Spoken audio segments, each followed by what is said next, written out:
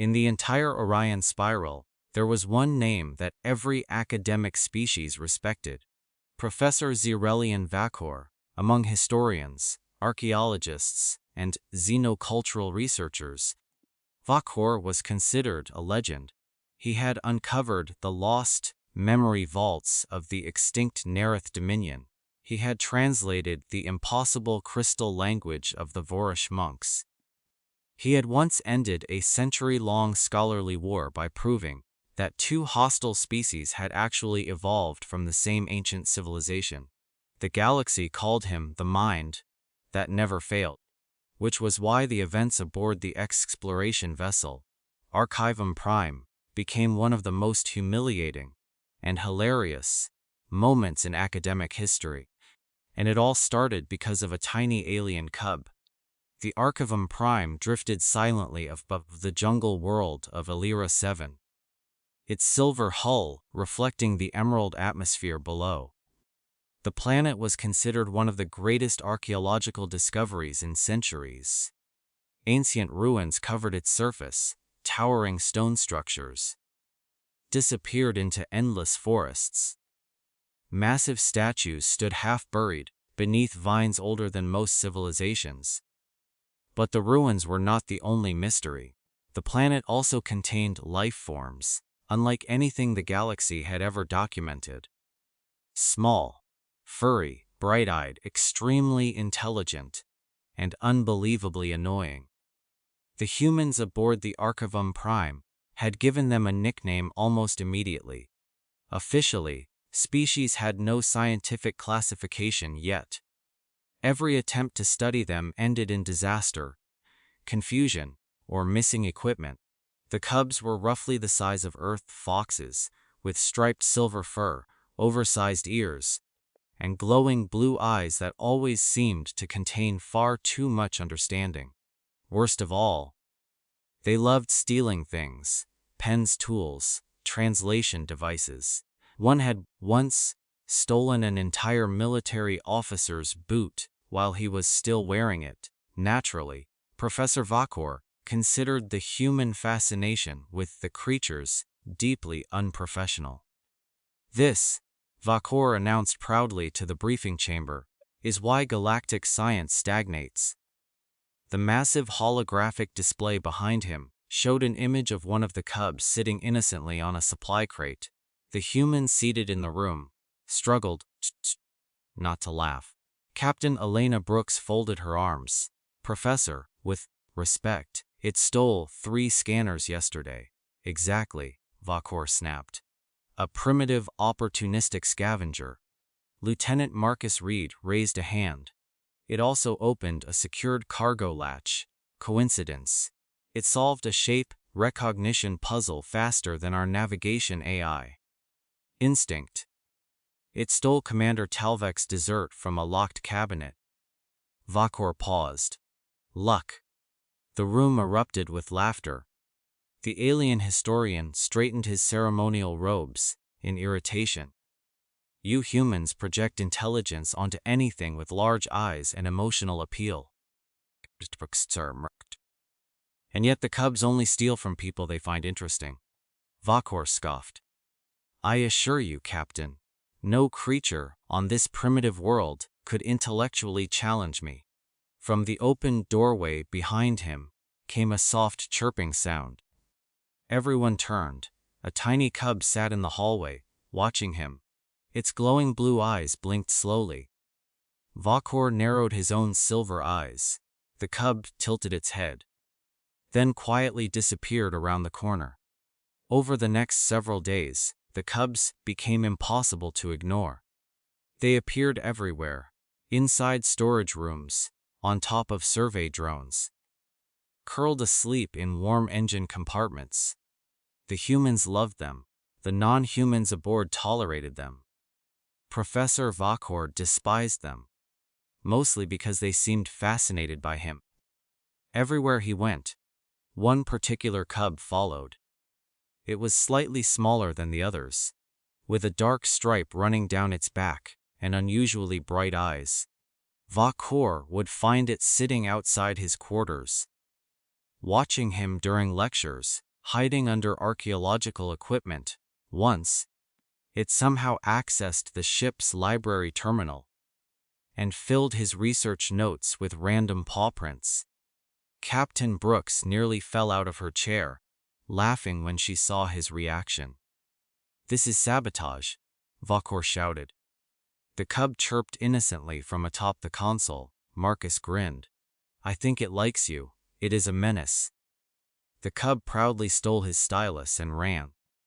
The true disaster began during the discovery of the Hall of Echoes. Deep beneath the ruins of Elira 7, the expedition uncovered an enormous underground chamber unlike anything previously seen. The walls were covered in glowing symbols.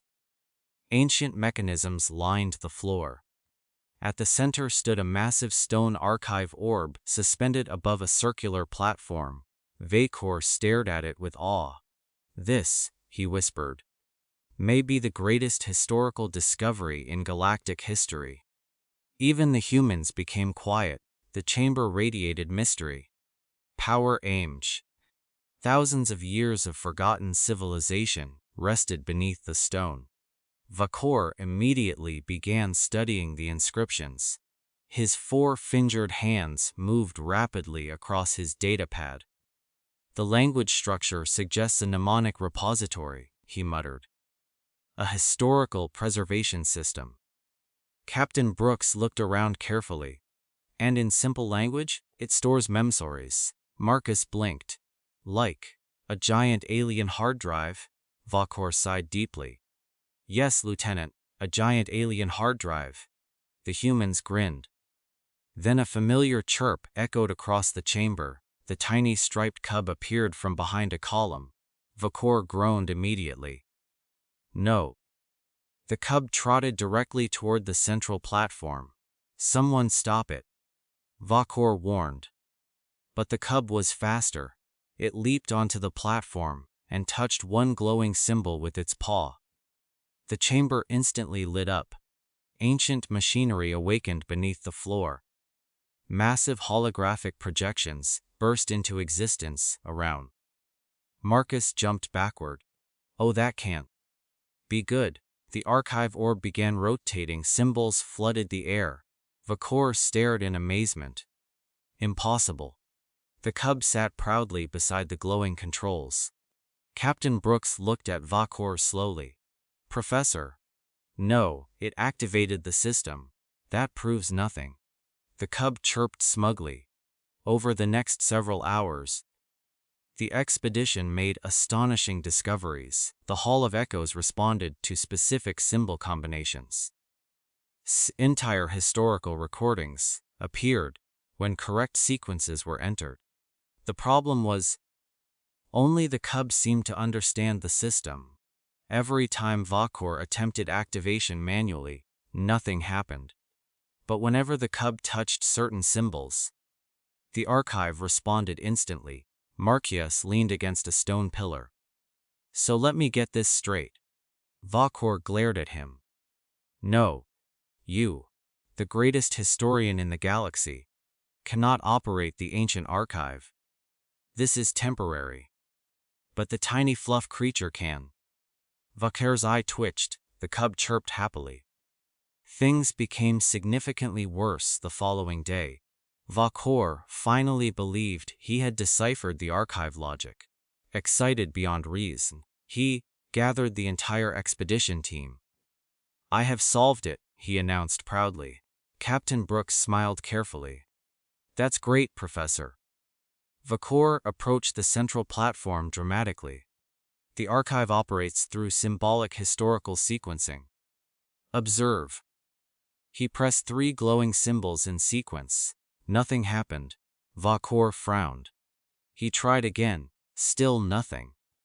The room became awkwardly silent. Then the cub walked calmly onto the platform.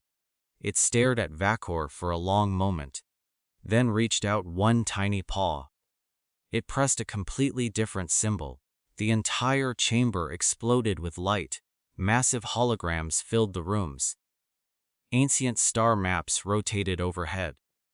Historical recordings activated simultaneously. And in the center of it all, A translated message appeared. Captain Brooks read it aloud slowly. Access granted. To recognized juvenile caretaker species. Silence. Marcus blinked. Juvenile caretaker species? Varkul looked horrified. The cub chirped proudly. Then Captain Brooks realized it first. Oh my God. Marcus stared at the cub. The archive thinks see the adult. Varkul whispered. That is absurd. But the evidence was undeniable. The ancient system identified the cubs as descendants, or inheritors, of the original civilization. And because the humans constantly fed, protected, and carried the cubs around, the archive had classified humans as their caretakers. The room exploded with laughter. Marcus nearly collapsed against a pillar. The galaxy's smartest historian got outsmarted by a baby raccoon dragon. I am not outsmart. The cub immediately stole Varkul's translation tablet and ran in circles around the platform. Captain Brooks wiped tears from her eyes. This is the greatest day of my life. But the cub was not finished. Over the following week, the tiny creature repeatedly demonstrated an alarming understanding of the archive systems. It activated hidden chambers, unlocked sealed pathways, and once intentionally disabled Varkul's translation drone after he called it primitive. The humans became increasingly convinced the cub was doing it on purpose. Varkul refused to accept this until the final incident, late one evening. Varkul remained alone inside the Hall of Echoes, determined to finally master the archive. The chamber glowed softly around him. This system follows logic, he muttered. Predictable patterns. Structured responses. A chirp echoed behind him. The cub sat atop the platform, watching. Varkul sighed heavily. You again. The cub tilted its head. Varkul crossed his arms. You are not intelligent. You merely activate inherited biological permissions. The cub blinked slowly, then it touched a symbol. A hologram appeared instantly. Not an ancient map, not historical data, a recording of Varkul, earlier that day, accidentally slipping into a mud pool outside the ruins. The human's laughter echoed from the hologram. Varkul froze. The cub chirped proudly. Symbol activated. Now a second recording appeared. Varkul shouting at automatic doors, then another. Varkul dropping research tablets. Another. Varkul being chased by cleaning drones after mistaking them for surveillance devices. The cub had somehow discovered the ship's internal recordings and compiled an entire embarrassment archive. Varkul stared in absolute horror. You. The cub pressed one final symbol. Above the chamber appeared enormous translated words. Historical record of overconfident Sholar. The humans arriving behind Varkul burst into uncontrollable laughter. Marcus fell to his knees. Captain Brooks couldn't breathe. Even Commander Talvik, a notoriously emotionless reptilian officer, made a choking sound suspiciously close to laughter. Varkul looked up slowly at the tiny cub, sitting proudly on the ancient platform. And for the first time in his long academic career, the greatest historian in the galaxy finally admitted defeat. You planned this.